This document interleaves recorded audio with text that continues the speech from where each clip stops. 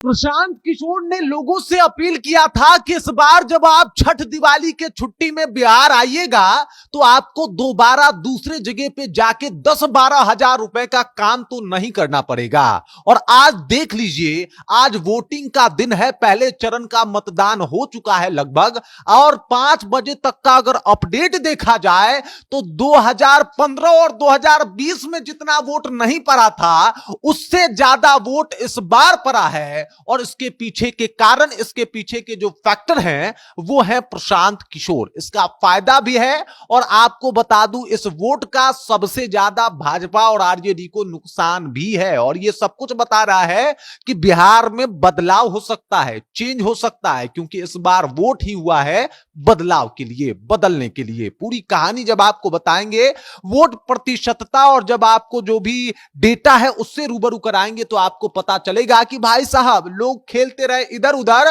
प्रशांत किशोर अलग खेल गए हैं। अब 57% जो है वो वोट होता है 2020 में, 56%, 56.8% जो है वो वोट होता है 2015 में। और अगर 2025 के पहले चरण की ही बात कर दी जाए तो अभी तक लगभग 60% से भी ज्यादा वोटिंग हो चुका है और संभावना है कि आखिरी तक 65% वोट जो है वो इस बार हो जाए। और अगर इतना वोट हुआ तो भाई साहब ये मतलब दशकों में इस तरीके का वोटिंग नहीं देखा था बिहार ने जो इस बार वोटिंग हो रहा है। और क्यों हो रहा है तो पहले ही प्रशांत किशोर ने मुद्दा उठाया था कि ये प्रवासी मजदूर जो आते हैं बेचारे बड़ा मुश्किल से, और जैसे ही छठ दिवाली बीतता है तो वापस चले जाते हैं, तो इस बार आएंगे लेकिन वापस नहीं जाएंगे। इनके लिए व्यवस्था कर दिया जाएगा यहीं पे कि वो अपना खा सके और जीविकोपार्जन कर सके। इतना जो है इनके लिए ये सारी व्यवस्थाएं कर दी जाएगी। प्रशांत किशोर ने ये मुहिम छेड़ा और अब प्रशांत किशोर को इसका जो है वो एकदम से फायदा भी होता हुआ दिखाई दे रहा है। इन्होंने कहा था कि भाई हम यहाँ पे फैक्ट्री लगवाएंगे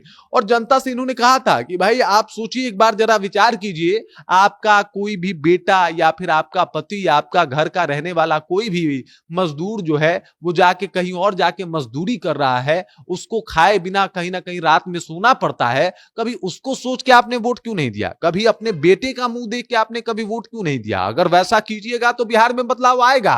और देख लीजिए इस बार वोटिंग इतना, वो कहा जाता है ना कि छप्पड़ फाड़ हुआ है, वो एकदम आंकड़े बता रहे हैं कि भाई देख लीजिए, मतलब अभी तक 2025 की अगर बात की जाए और बाकी सालों को देखा जाए तो 2025 में पहले चरण में ही झाम फाड़ वोटिंग हुई है। और सब लोगों को लग रहा है कि भाई साहब ये फैक्टर जो है वो प्रशांत किशोर हैं। प्रशांत किशोर ने जनता से अपील की, प्रवासियों ने इनके ऊपर भरोसा भी जताया। आपको ज्ञात होगा कि प्रवासी जो है वो प्रशांत किशोर के लिए वीडियो बनाते थे।